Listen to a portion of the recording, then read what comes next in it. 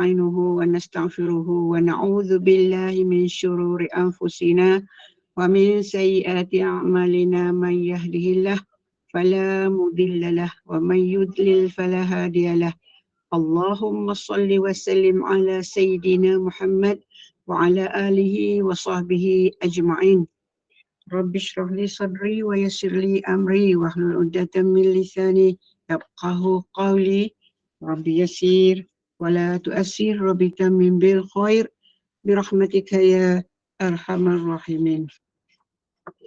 Assalamualaikum warahmatullahi wabarakatuh.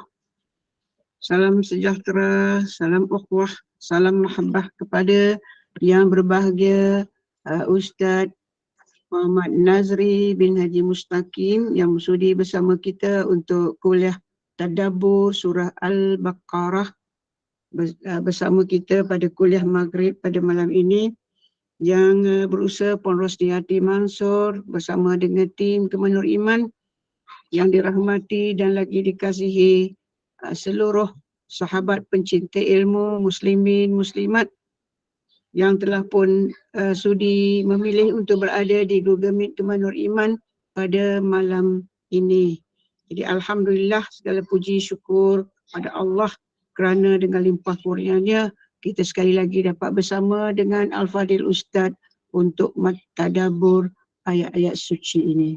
Mudah-mudahan Allah limpahkan ketakwaan istiqamah dalam kita beribadat, dalam kita menuntut ilmu, diberi kesihatan yang baik dan akhirkan hidup kita dengan husnul khatimah. Amin ya rabbal alamin. Selawat dan salam atas junjungan Nabi Muhammad sallallahu alaihi wasallam, para sahabat dan kepada ahli keluarga baginda. Bagi memberkati kuliah kita, mari sama-sama bersama dengan Al-Fadil Ustaz Muhammad Nazri bin Haji Mustaqim untuk membaca Ummul Kitab Bisiril Fatihah.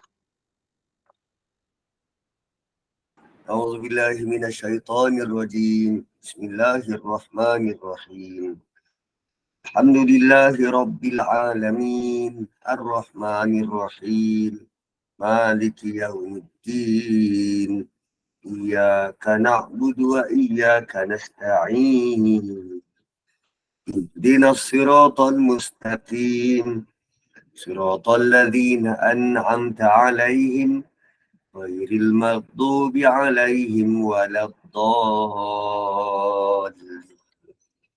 آمين. Amin ya rabbal alamin. Mudah-mudahan kita berada di halaqah ilmu ini dipayungi oleh para malaikat. Mudah-mudahan mendapat keberkatan bersama berada pada malam ini insya-Allah. Tanpa melengahkan masa, saya serahkan majlis kepada yang berbahagia Al-Fadil Ustaz Muhammad Nazri bin Haji Mustaqim untuk tadabbur surah Al-Baqarah ayat 218 insya-Allah. Dipersilakan. أعوذ بالله من الشيطان الرجيم بسم الله الرحمن الرحيم إن الذين آمنوا والذين هاجروا وجاهدوا في سبيل الله أولئك يرجون رحمة الله والله غفور رحيم رب اشرح لي صدري ويسر لي أمري واحلل عقدة من لساني يفقه قولي سبحانك لا علم لنا إلا ما علمتنا إنك أنت العليم الحكيم. Semalam ayat 217 kita dapat kenal pasti tentang mereka-mereka yang mempertikai tindak tanduk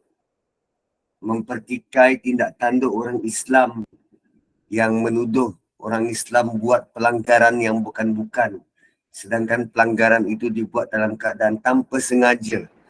Malah dalam masa yang sama mereka bukan sekadar buat satu kesalahan tetapi 5 kesalahan besar. Dan pada ayat ini Allah Subhanahu wa taala memberikan ayat gembira, tabsyir, ayat gembira bagi mereka yang committed mengikuti jalan agama ini. Mereka yang memberikan komitmen yang tinggi terhadap mereka yang memberikan komitmen yang tinggi untuk mengikuti jalan agama ini, dan Allah berikan berita baik buat mereka yang sudah buat keputusan untuk menjalankannya. Yang sudah buat keputusan untuk mengikuti agama ini. So, apa yang mereka buat, mereka dapat rahmat Allah. Mereka dapat rahmat Allah. Lazim kita mengetahui tentang balasan dapat rahmat Allah. Balasan dapat rahmat Allah. Dan selalunya kita pandang rendah terhadap balasan ini.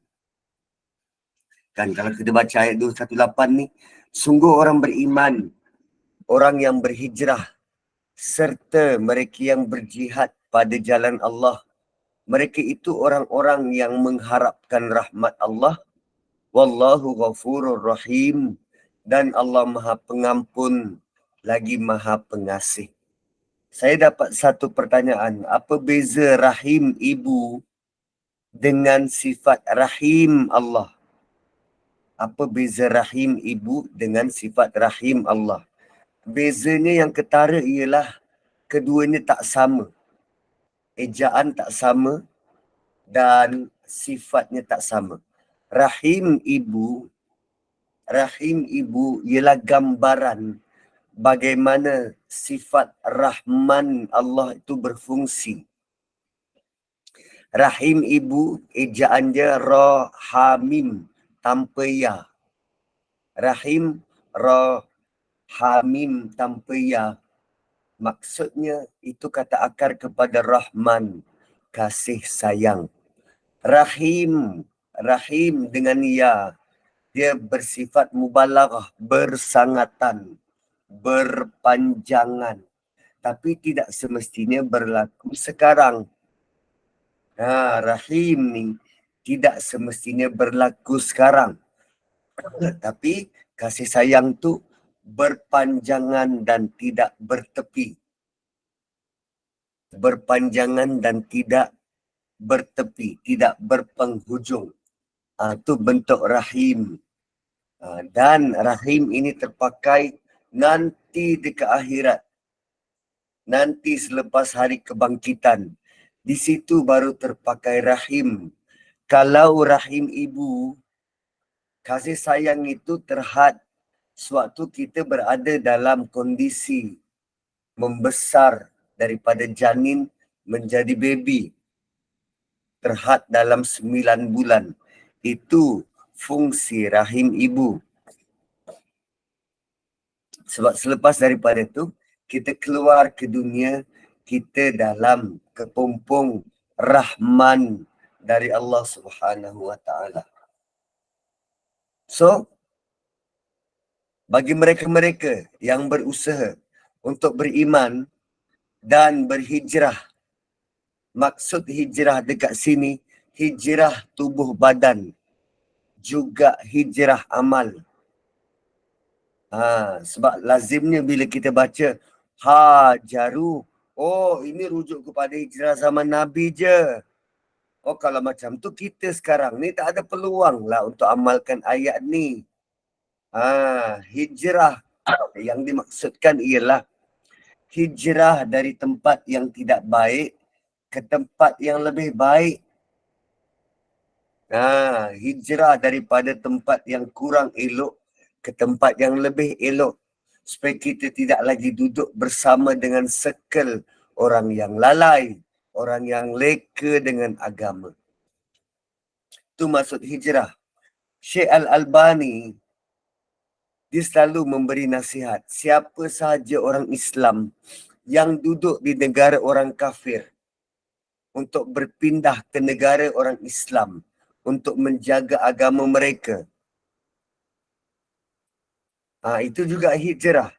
Hijrah tubuh badan. Hijrah dari sekel yang tak baik kepada sekel yang baik. Hijrah yang kedua, hijrah amal.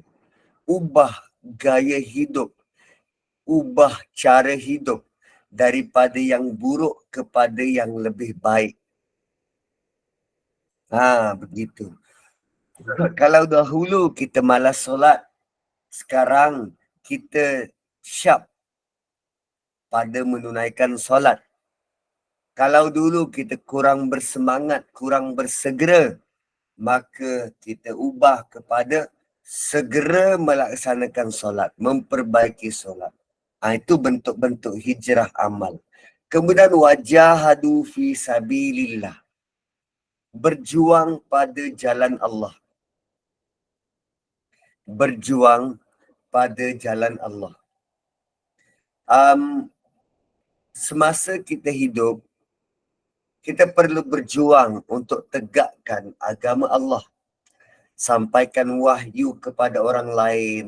Dan Allah juga telah tetapkan kepada kita usaha-usaha, bentuk-bentuk usaha dakwah yang kita boleh panjangkan kepada umat manusia.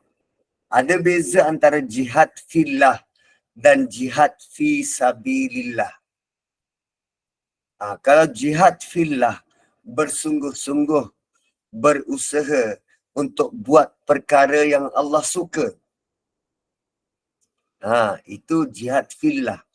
Tapi jihad fi sabilillah maksudnya khusus kepada usaha menegakkan agama. Agama takkan tertegak kalau peribadi kita tidak menegakkan agama. Sebab yang disebut sebagai agama tu tertegak ialah melalui misi peribadi kita. Misi peribadi. Sebab agama ini akan tertegak kerana peribadi setiap Muslim yang ada dalam agama tu. So jihad bukan sekadar perang. Tak. Jihad ialah usaha sungguh-sungguh untuk tonjolkan peribadi beragama.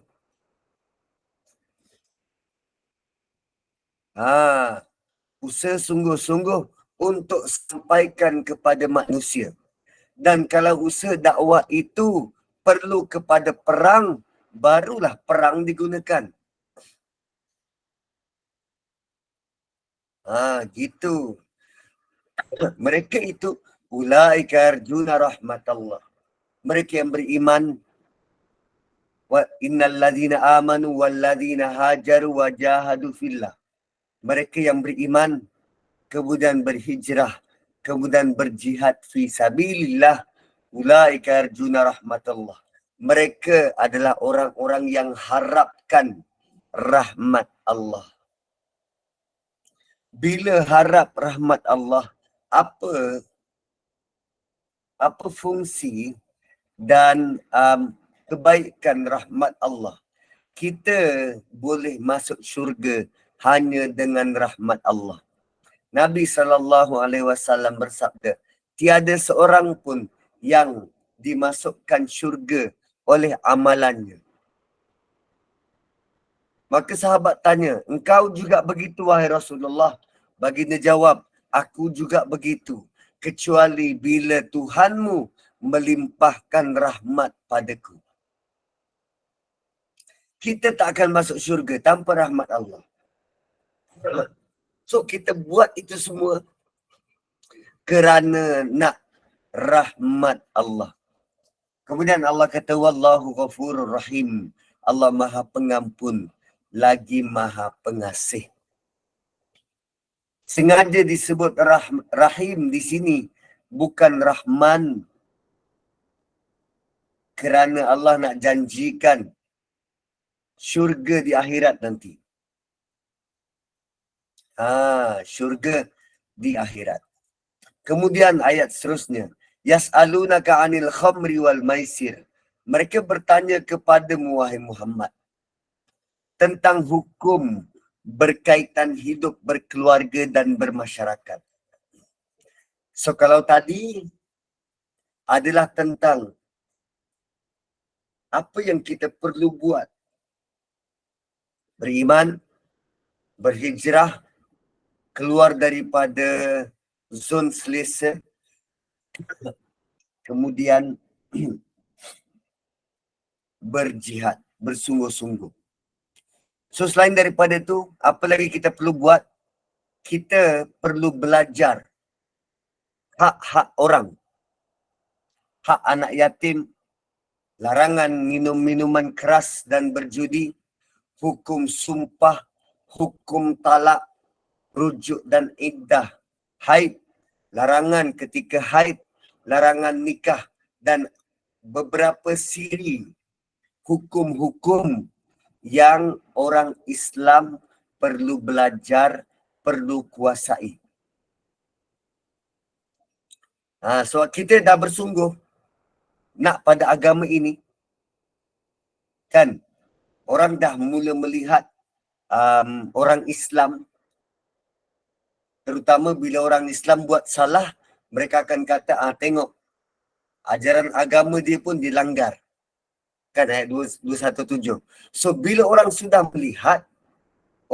melihat kita sebagai contoh, maka kita perlu tunjukkan contoh yang baik.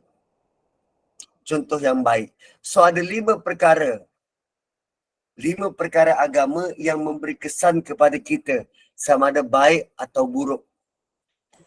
Dia boleh jadi baik, boleh jadi buruk. Dan perkara-perkara ini akan memberi kekeliruan kepada manusia yang lain. Keliru macam mana? Ialah kalau agama yang terbaik ini gagal membentuk penganutnya, maka dengan kekeliruan itu akan menyebabkan manusia di luar sana, dia takkan dapat keluar daripada kepompong kesesatan menuju kepada kebenaran. Sebab dia melihat, tengok, agama yang betul pun tak dapat nak membentuk akhlak pengikut dia. Nampak tak? So Allah benar-benar beri kita panduan yang jelas supaya kita dapat jadi contoh tauladan terbaik kepada berapa? 7 bilion manusia. 7 bilion manusia. Dan perkara pertama yang Allah sentuh ialah tentang arak dan judi. Satu sudut, arak memang ada faedah. Sebab tu manusia ada yang tegar minum arak sebab mereka nampak kebaikan pada arak. Kan? So kalau kita tanya mereka pasal minum, ada faedah. Boleh hilangkan stres. Boleh datangkan hangat pada badan, terutamanya musim sejuk. Sebab tu ramai yang tak boleh meninggalkan arak. Walaupun mereka tahu ada keburukan, tapi mereka nampak ada faedah. Begitu juga judi, yang juga ada kepentingan di dalamnya. Antaranya apa? Boleh tambah pendapatan. So, oleh kerana ada potensi kebaikan pada pelakunya, maka seseorang itu mestilah memikirkan dengan mendalam tentang perkara yang Allah nak sampaikan ni. Sebab kita mungkin nampak baik, lalu kita ketepikan keburukan.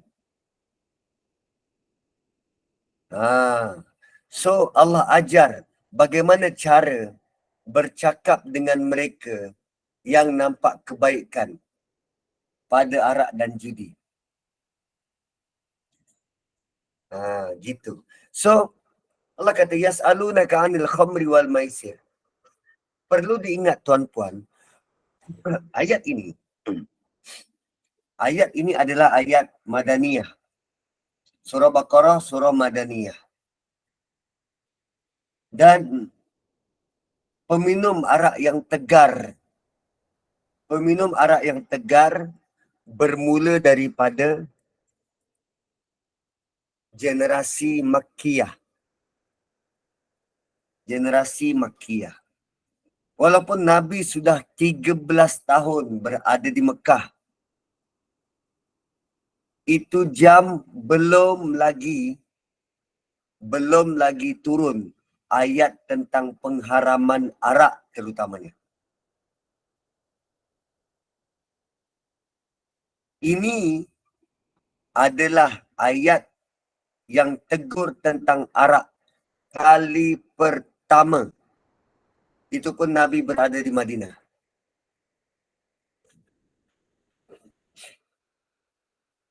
Nanti setelah berada di Madinah, mereka sudah dapat arahan solat. So arahan selanjutnya, la taqrabus salata wa antum sukara. Jangan dekati solat waktu kamu tengah mabuk. Itu juga di Madinah. Dan pengharaman arak secara total berlaku pada surah yang ke-112 turun.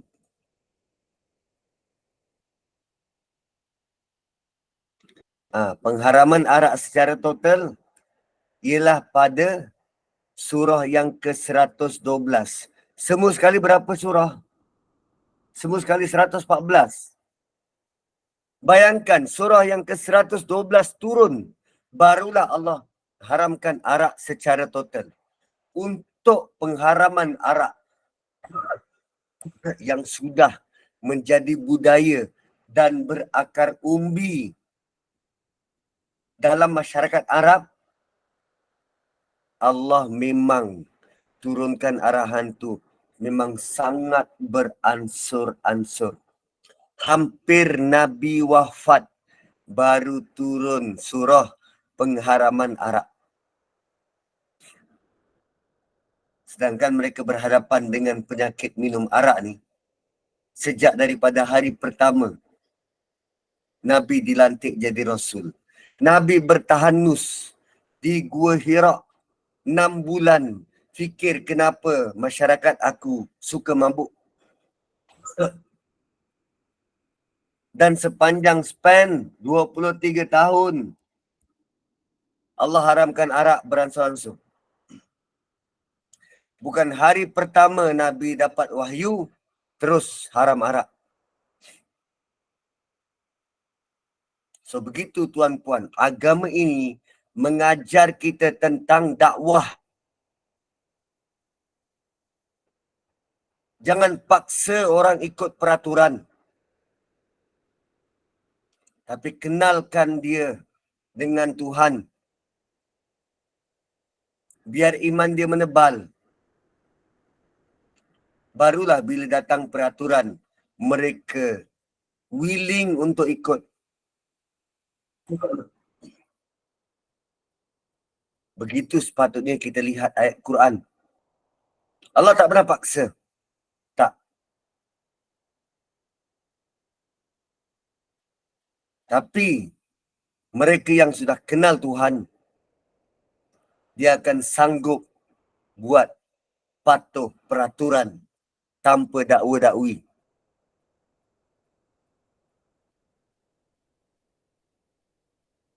Tu cara berdakwah tuan-puan. Dia bukan ikut suka, tapi ikutlah saranan dari Quran. So kalau berlaku pelanggaran hukum, pastikan orang yang melanggar hukum tu benar-benar faham tentang apa yang dia buat. Boleh jadi dia kecewa dan tertekan. Boleh jadi ada berita lebih besar daripada setakat dia curi setin sardin. Begitu agama ni mengajar. Bukan datang dengan gaya hukum, tapi datanglah dengan penuh empati dan simpati. Suatu belajar fikah, belajar sekali tentang asbabun nuzul, belajar tauhid, belajar sekali tentang ayat-ayat Quran, barulah kita tidak mendatangkan hukum dengan sembrono. Jika tidak, kita akan lebih menjauhkan manusia daripada teks-teks agama. Gitu. So mereka bertanya padamu tentang arak dan judi. Tentang arak dan judi. Sebab masyarakat pada waktu itu sudah sebati dengan arak dan judi. Mereka nak tahu apa pandangan Islam tentang dua perkara yang sudah menjadi adat resam ni. So Nabi jawab, fihima ithmun kabir. Keduanya ada dosa yang besar. Pada keduanya ada dosa yang besar. Wa manafi'u linnas. Nabi bagi tahu, Allah ajar Nabi untuk beritahu pada manusia bahawa pada arak tu, arak dan judi ada dosa yang besar. Namun padanya ada beberapa manfaat. Wa manafi'u linnas. Lihat bagaimana agama ni tidak generalize. Tidak generalize. Asal yang haram, oh dosa. Tak.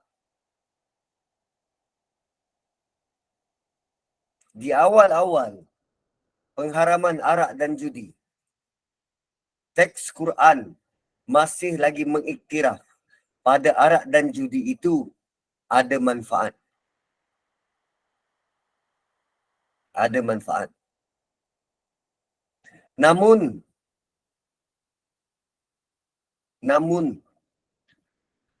teks Quran tetap memberikan saranan yang lebih baik. Wa ithmuhuma akbaru min naf'ihima. Dosanya lebih besar dari manfaat. Tuan-puan, pertimbangan dosa pahala ini adalah soal iman.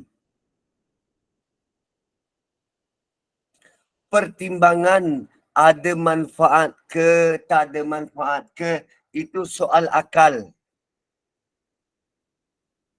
Pertimbangan dosa pahala itu soal iman. Itu soal iman. So bagi yang beriman, dia akan buat pertimbangan dosa pahala. Yang tak ada iman, dia akan buat pertimbangan akal. Sebab tu Allah letak ismun dosa, tapi dalam masa yang sama manafi ada manfaat. So untuk pertimbangan iman, tugas utama kita adalah memperkenalkan agama, memperkenalkan Tuhan. Barulah berfungsi pertimbangan iman.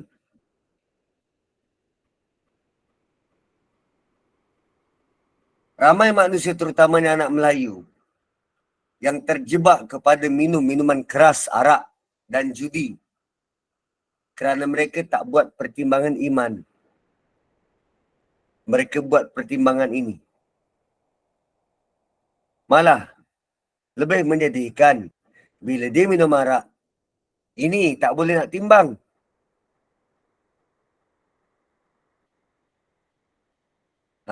Ini tak boleh nak timbang. Pertimbangan akal sudah tidak waras. So, nanti ada ayat yang lain yang sebut tentang arak dan judi adalah rijisun. Rijis ni najis min amali syaitan. Dia ada kaitan secara langsung dengan syaitan. Dosa-dosa yang lain Allah tidak letak perkaitan dengan syaitan. Hanya dosa arak dan judi yang Allah letak berkaitan dengan syaitan. Maksudnya, jenis kesalahan arak dan judi sangat sukar nak dibaiki. Sebab dia ada kaitan rapat dengan syaitan. Bila dah ketagih, there is no turning back. Sangat sukar, sangat sukar. So, jangan mula. Jangan mula.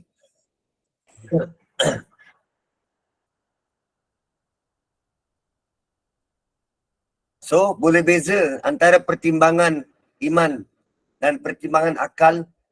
So, atau Allah guna perkataan yang berbeza. Ismun dan manfaat. Kemudian dosa dia ismuhuma akbar min naf'ihima.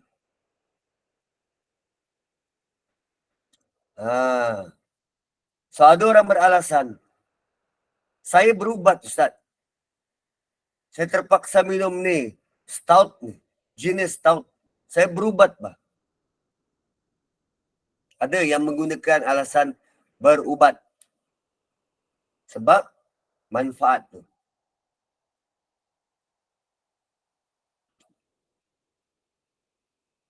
Malah tak mustahil satu hari nanti akan ada dibuat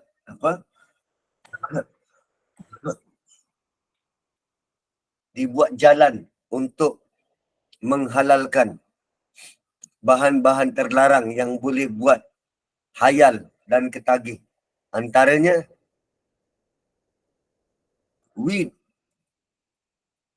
ganja. Alasannya, nak berubat. Ya, ganja boleh dibuat ubat. Tapi berdasarkan pemantauan dan prescription daripada pakar, doktor yang bertauliah.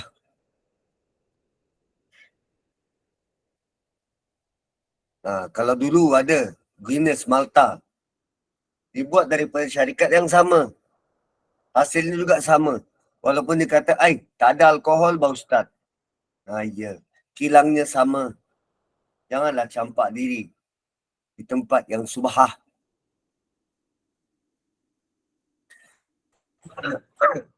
So di awal-awal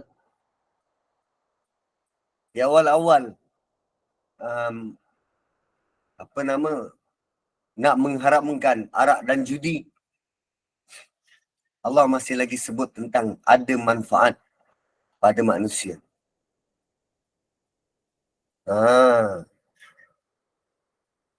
Ada manfaat pada manusia. Tapi itu semua tertakluk kepada sama ada kita menggunakan pertimbangan akal atau pertimbangan iman.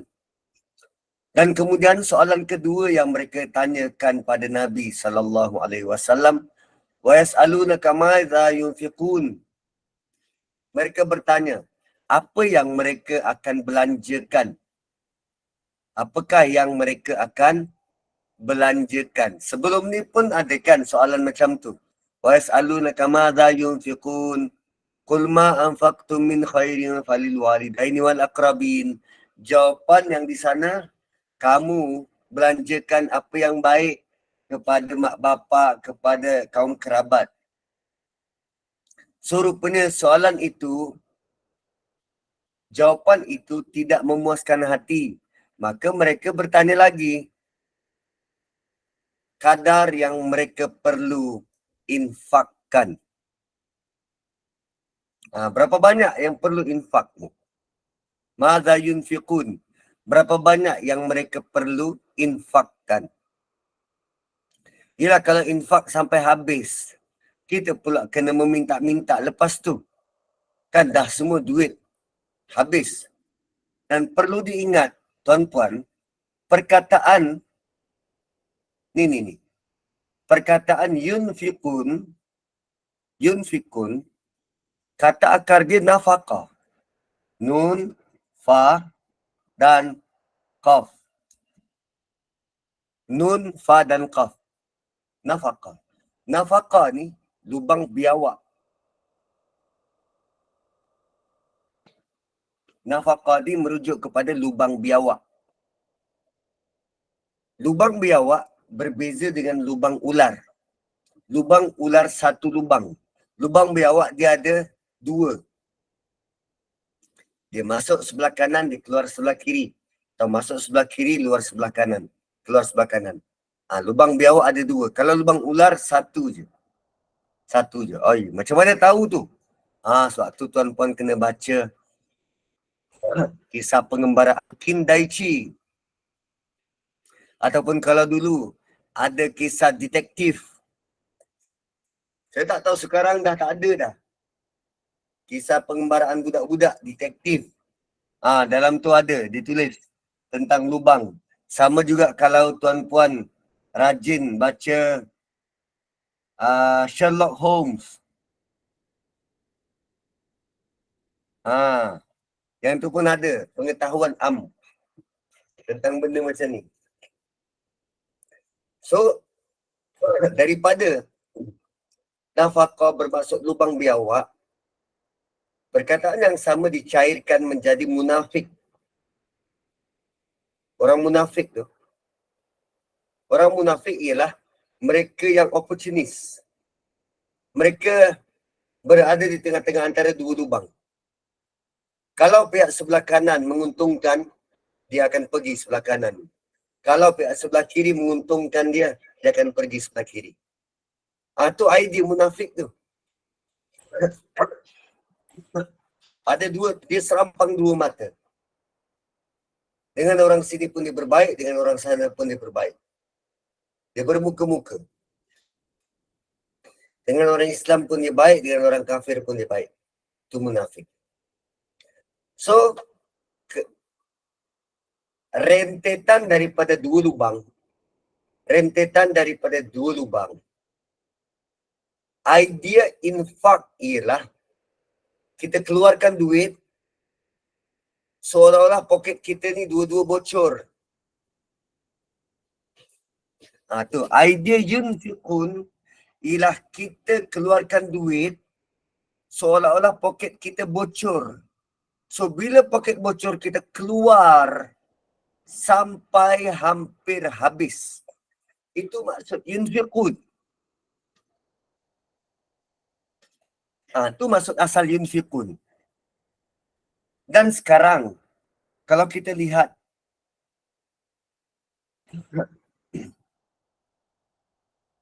ayat ketiga surah Baqarah.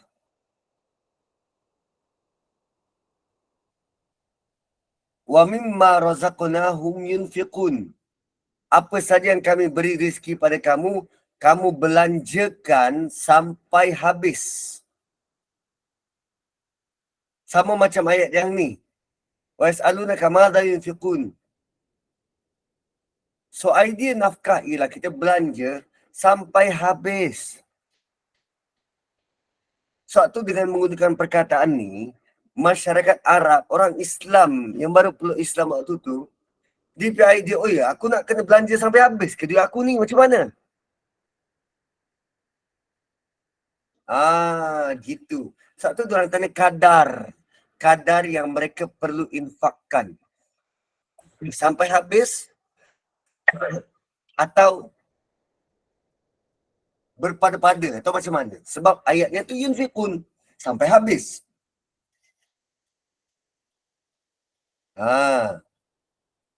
So jawapan dari Allah. Allah suruh Nabi jawab, Qulil afwa.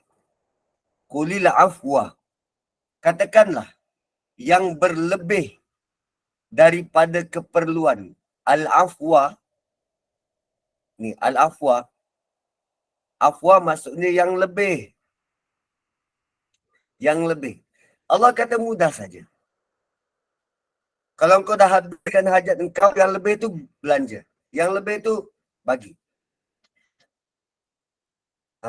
Lihat dulu keperluan kita. Bila dah settle cukup, maka selebihnya tu infak, beri pada orang lain. Dan ini adalah hukum yang paling basic. Al-afwa yang lebih. Maka Allah tutup pula ayat ni dengan apa? Kadzalika yubayyinullahu lakumul ayati la'allakum tatafakkarun. Demikianlah Allah terangkan pada kamu ayat-ayat dia supaya kamu berfikir dalam-dalam, tafakkur. Berfikir dalam-dalam berulang kali. Sekarang tuan-puan, kita sedang belajar tadabbur. Kita sekarang sedang belajar tadabbur. Saya nak tuan-puan tolong fikirkan apa sebenarnya manfaat yang kita boleh dapat daripada ayat 219. Ada dua soalan. Satu tentang arak dan judi. Satu lagi tentang berapa kadar kita nak nafkahkan. Dan kenapa Allah tutup ayat ni dengan begitulah kami terangkan ayat kami, moga-moga mereka berfikir dalam-dalam berulang kali. Apa sebenarnya Allah nak kita fikir dalam ayat ni? Cuba. Saya bagi peluang, tuan-puan. Tolong bagi pendapat tentang ayat 219. Kenapa Allah suruh kita fikir dalam-dalam, fikir masak-masak, tatafakkarun, benar-benar tafakkur tentang ayat 219. Kita tak jumpa arahan semacam ni, penutup semacam ni pada ayat yang lain, ayat sebelum ni. Tapi 219. Sila, admin. Selalu Ustaz Nazri yang kena tanya. Sekarang Ustaz Nazri menanya. Ustaz tanya, Ustaz pula jawab. Tak, korang jawab. Cuba. Assalamualaikum Ustaz. Ya, Waalaikumsalam. Tentang infak ni, inilah dia muamalat kita dengan Allah kan. Dan penekanan di sini, bila Ustaz kata apa, no limitation. Bukan bermakna apa yang kita dapat tu semuanya, tapi Allah kata selepas apa yang jadi keperluan kita dah belanjakan, lebihan tu. Masalahnya, ni saya suruh diri saya lah. Lebihan tu pun kadang-kadang masih berkira. Dan kat sini bila kata apa, hukum ni biasa, namanya biasa. Kita perlu dengar kan, kena infak. Dan betul lah Ustaz, nak dapat yang lebihan tu untuk infak tanpa rasa letak limit, bagi je. Sebab ni kata saya membentuk kita punya rezeki tu bukannya kita yang buat, yang apa, yang kumpul, tak. Allah yang datangkan. Dan dengan infak ni, saya sebenarnya dengan tadabbur ni memang menegur saya tentang infak Ustaz. Sebab dulu saya ingat infak ni orang yang kena ada je baru boleh bagi. Rupanya bila ayat-ayat macam ni kan, terang-terang Allah tak kata pun kalau kau kaya tak, tapi selepas apa yang kau telah belanjakan untuk keperluan. Maknanya kat situ saya nampak kenapa gagalnya nak infak tu, sebab rasanya banyak belanja melebihi keperluan. So kat situ duit dah rasa tak cukup. Banyaklah kena muhasabah. Benda ni teguran besar. Sebab kata infak tu no limitation, insyaAllah. Takut saya. Okey, ada jawapan lain?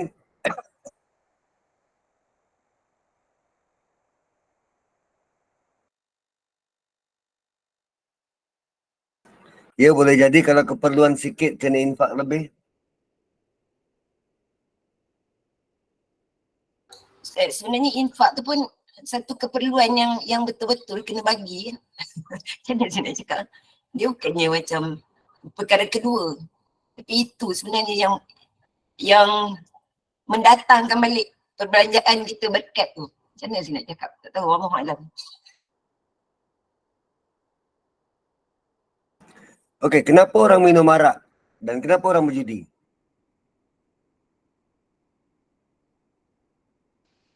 Stress kot Ustaz. Awak nafsu. Orang minum arak dan orang main judi. Yang tahu dua kategori ni memang pertimbangan akal dia memang tak ada Ustaz. Ustaz, Minum arak dan main judi, kedua-duanya adalah mengikut nafsu.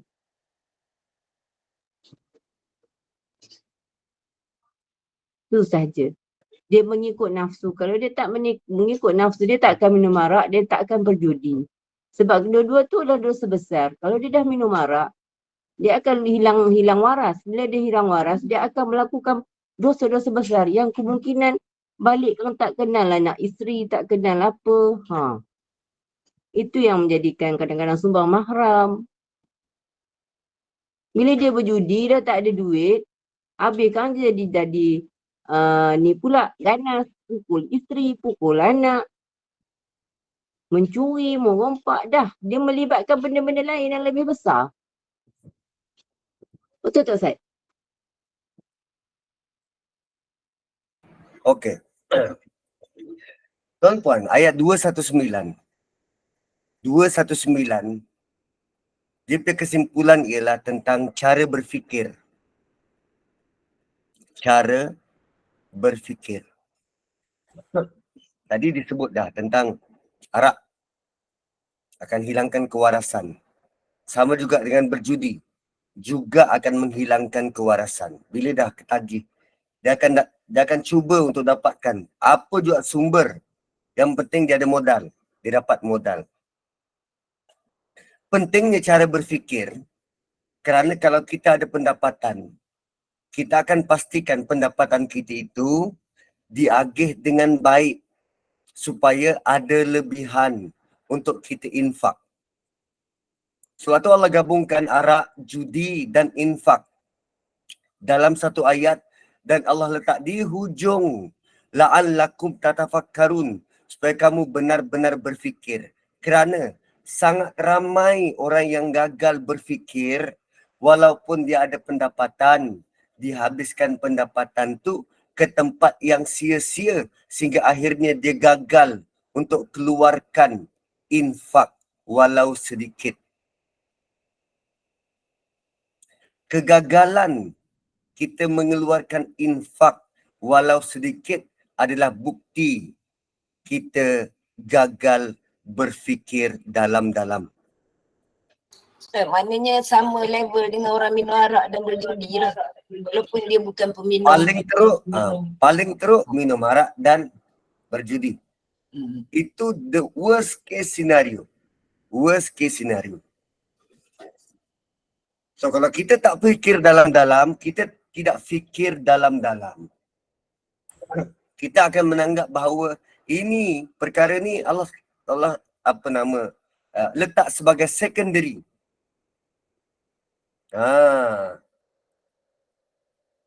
So bila fikir dalam-dalam, dia akan membantu kita untuk benar-benar betulkan cara berfikir, melihat apa yang Allah beri sebagai peluang untuk kita capai ayat di atas ni. Ini ayat ni. Kan apa yang Allah dah beri untuk kita capai hajaru wajahadu amanu. Amanu hajaru wajahadu. Paling mudah untuk capai yang ni melalui rezeki yang Allah beri. Paling mudah. Dan bila Allah sebut tentang tafakkur, Allah tak nak kita hanya berfikir pada sekadar level batas dunia. Tetapi ayat 220, Allah nak kita berfikir sampai akhirat. Sebab mereka gagal menggunakan akal untuk berfikir, mereka hanya nak lepaskan burden untuk hilangkan stres dunia. Sebab tu minum arak dan berjudi. Dan sebut tentang judi, speaking of which, judi bukan semata-mata main pakau. Tapi judi juga boleh hadir dalam pelbagai bentuk. Kita buat pertandingan. Who want to be apa? Bukan millionaire. Who want to be the most kurus? Kan? Kita buat pertandingan nak kurus. So semua Gema Nur Iman digalakkan ikut. Setiap peserta yang nak ikut pertandingan nak kurus kena bayar RM100 sebagai yuran penyertaan. So dalam tempoh 3 bulan, siapa yang berjaya turun paling banyak, maka dia akan dapat hadiah. Hadiah tu dapat dari mana? Oh, daripada wang penyertaan tadi itulah. Itu judi. Itu judi. Sebab sebarang pertandingan yang menyebabkan kerugian, untung dan rugi, dia dikira judi. Sebarang pertandingan yang akan menyebabkan untung rugi, dia dikira judi. Tuan-puan, ini kadang kita tak perasan benda tu judi, tapi kita raikan juga. Contoh, main apa nama? Apa nama dia tu? Osom. Osom kan? Ya, betul. Kalau tu, budak-budak dekat asrama. Saya dulu main juga macam tu. Osom. 3 kali. Kalah, kena jentik tangan. Itu judi. Walaupun tak guna duit.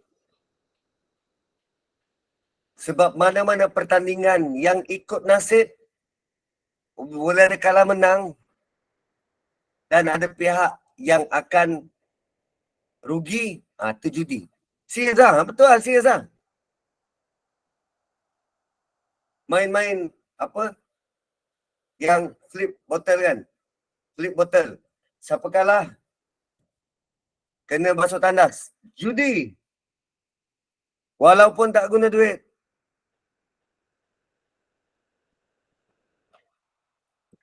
Mana-mana pihak yang ada untung rugi, yang ada unsur penindasan, itu dia kira judi. So tuan-tuan kena tengok balik apa nama video Ustaz Zaharuddin.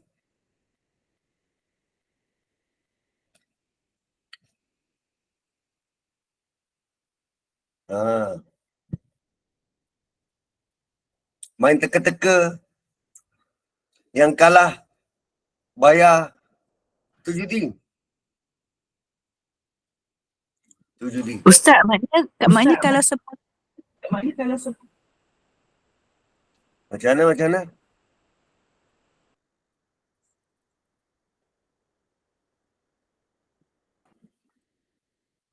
buka mic.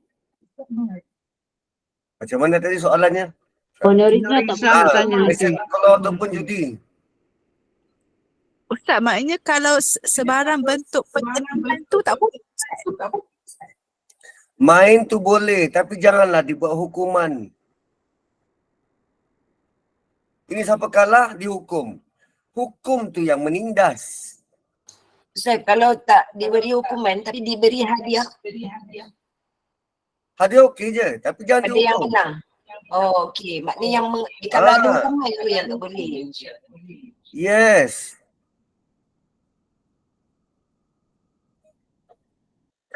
Ya. Judi bukan kerana ada duit, tak ada duit. Judi ni bila ada unsur penindasan. Allah haramkan judi bukan sebab duit, tapi sebab penindasan. Benda tu zalim, menzalimi. Riba tu bukan sebab duit tu bertambah, tapi sebab ada unsur penindasan. Riba tu haram kerana menindas. Judi ni haram kerana menindas. Sebab tu Allah suruh fikir, tatafakkarun, la'allakum tatafakkarun. Menindas. Ustaz, Betul tak? Kita akan willingly beri orang infak sebab kita tak nak tindas orang lain. Kita tak nak dia susah, sebab tu kita bagi. Orang minum arak, dia ada tendensi untuk menindas orang lain sebab dalam bazir, dalam bazir menindas pula.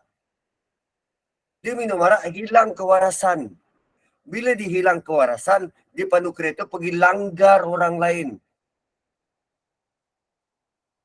Dia boleh ke diberi tanggungjawab? Dia kata, saya mabuk, bukan saya tahu.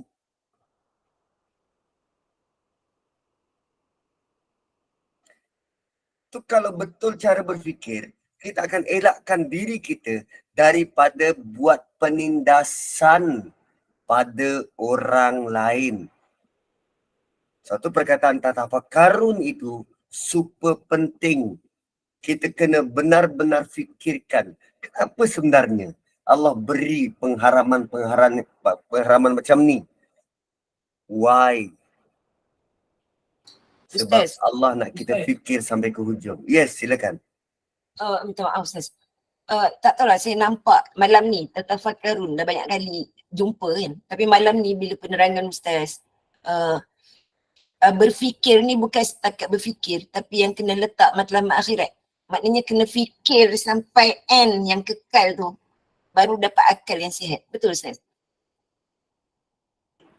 Betul. Kita kena fikir sampai end, sampai akhirat. Sebab kalau sekadar terbatas di dunia, kita tak nampak fungsi akhirat. Lebih-lebih lagi kalau sekadar melibatkan dunia, kita nampak banyak penindasan dan benda tu tak settle pun. Begitu. So, ada perkataan yang tak disebut pun dalam ayat 219.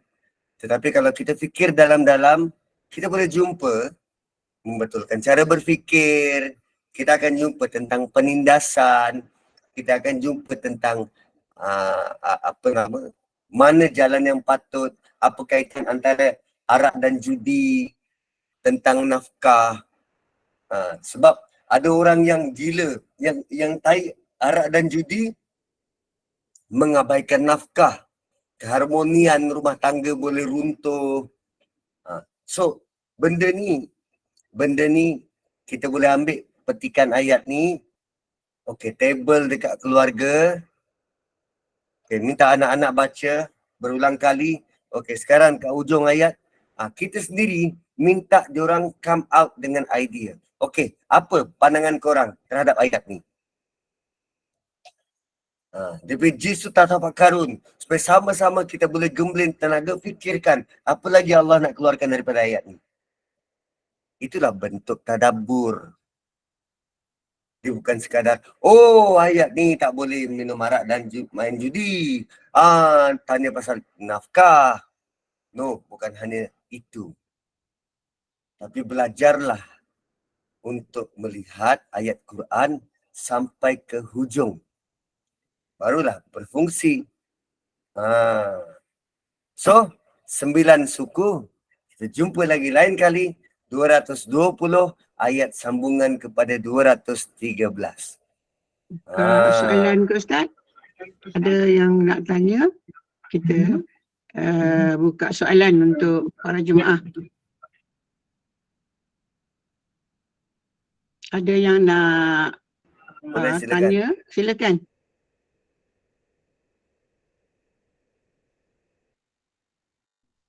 Tak ada soalan ke?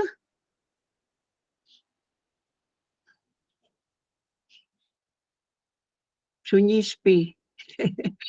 Semua dah faham. Semua dah faham sangat tu Ustaz. Dah terlebih Okay, faham. silakan Anak Aufa.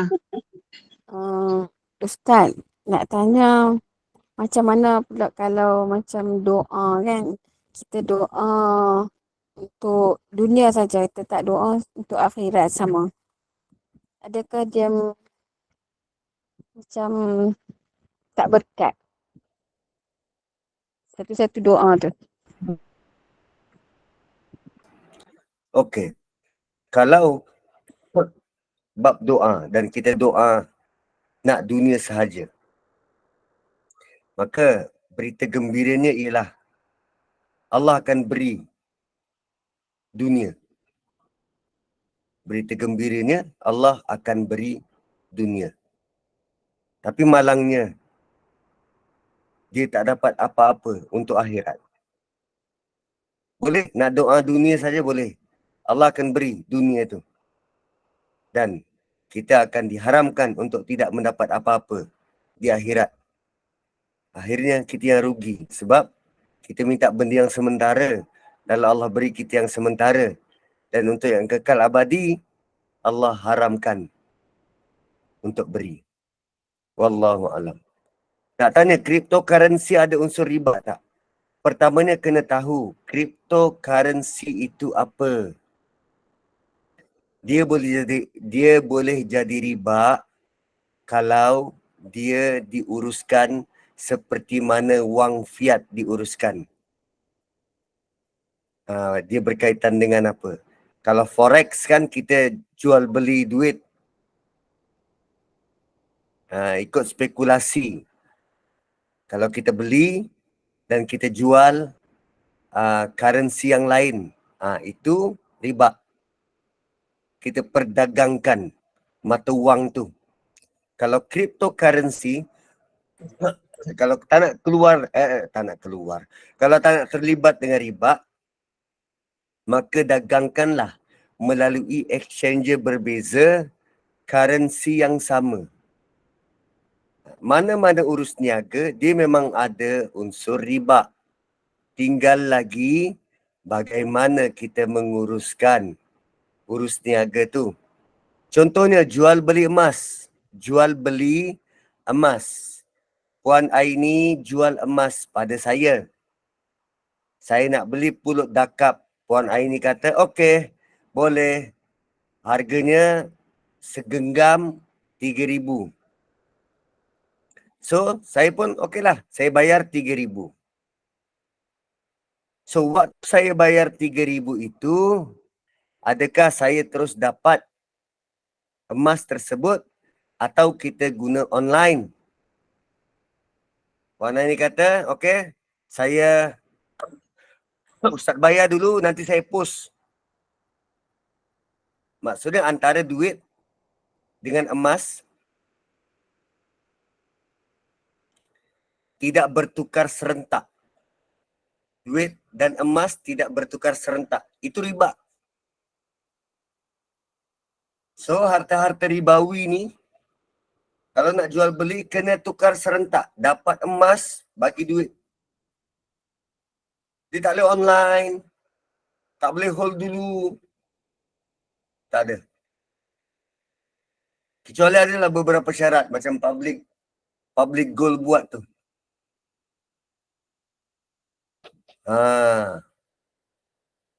So, tentang tata cara kewangan ni, terutamanya, yang tu kena ada kelas berbeza. Yang tu kena apa?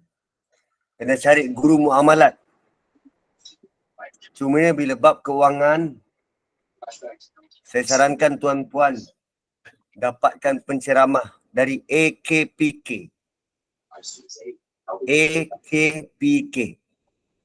Sebab mereka memang dilatih untuk mengajar tentang cara mengurus keuangan peribadi. Kita bukan nak tahu tentang istilah Islam besar dalam keuangan ni. Tentang mudharabah lah apa. Itu tak ada kaitan dengan hidup kita tu. Tak ada. Takut nanti kita pening dengan istilah besar. Tapi biar panggil orang-orang yang layak. Layak untuk bagi tahu cara nak urus wang ni macam mana. Ini lagi tentang scam, tentang apa nama, tentang penipuan-penipuan, bentuk penipuan. Yang itu yang lebih wajar dibuat. Sebab kita daripada kecil, kita tidak pernah didedahkan bagaimana nak menguruskan duit. Tak ada kelas, tak ada silibus sekolah rendah ke, sekolah menengah ke, universiti. Tak ada. Kita pandai-pandai sendiri je. Ikut kepala otak kita je. nguruskan duit ni? Kan? Tak ada, kita tak ada masuk kelas mana-mana pun. Nak menguruskan, sebab tu banyak kena tipu. Banyak kena scam. Lagi-lagi berkaitan dengan cryptocurrency. Kan nanti saya sebut tentang exchanger, tentang coin, tentang apa nama stable coin, tentang shitcoin, tu lagi pening.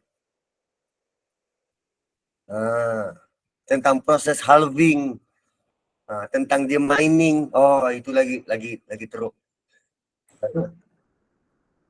Ustaz, ni soalan dekat chat Ustaz. Ustaz, Ya, soalan macam dekat chat. Okey. Nak tanya soalan Berkenaan topik Yasin ni. 7 Mubin, adakah boleh diamalkan? Tak payahlah. Tak payah. Sebab Nabi tak buat. Nabi tak buat. Kalau nak buat juga, silakan. Saya tidaklah menghalang. Kalau saya tak buat. Sebab Nabi tak buat. Nabi tak buat. Ada banyak lagi cara lain untuk memastikan doa kita makbul. Ada banyak lagi cara lain untuk memastikan doa kita makbul.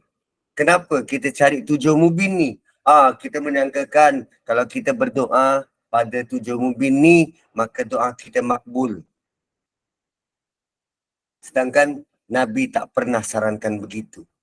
Yang Nabi bagi tahu antara doa yang makbul ialah doa anak yang soleh kepada mak bapak. Itu super makbul. Doa mak bapak kepada anak itu juga super makbul.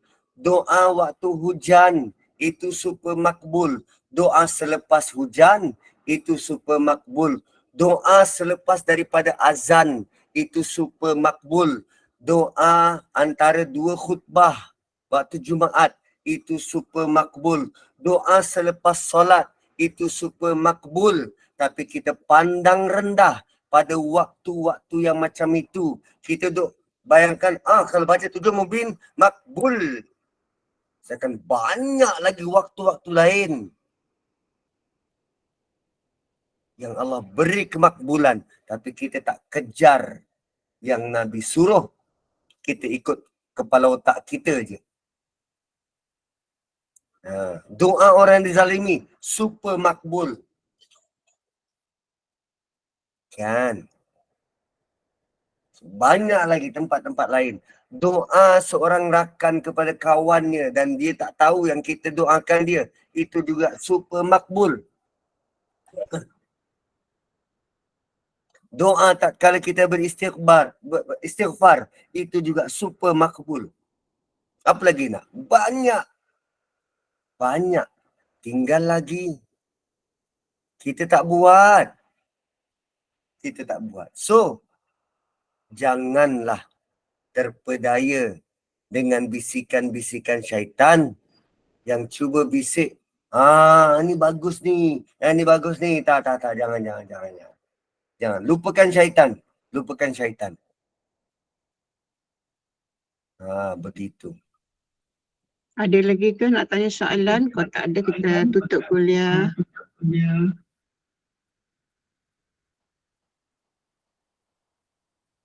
Okey, tak ada dah ke Ustaz, kita tutup kuliah kita untuk malam ni. Boleh ke Ustaz kita baca Al-Mulk? Ke Ustaz ada? Boleh. Ke Ustaz nak baca dengan keluarga Ustaz? Selalu kan Ustaz kata nak baca dengan keluarga. Tak apalah, jemaah boleh baca sendiri insyaAllah. Ya Ustaz? Boleh je, tapi selalunya saya baca waktu sembahyang Isyak. Kalau itu tak apalah, jemaah nanti boleh baca sendiri kot kan.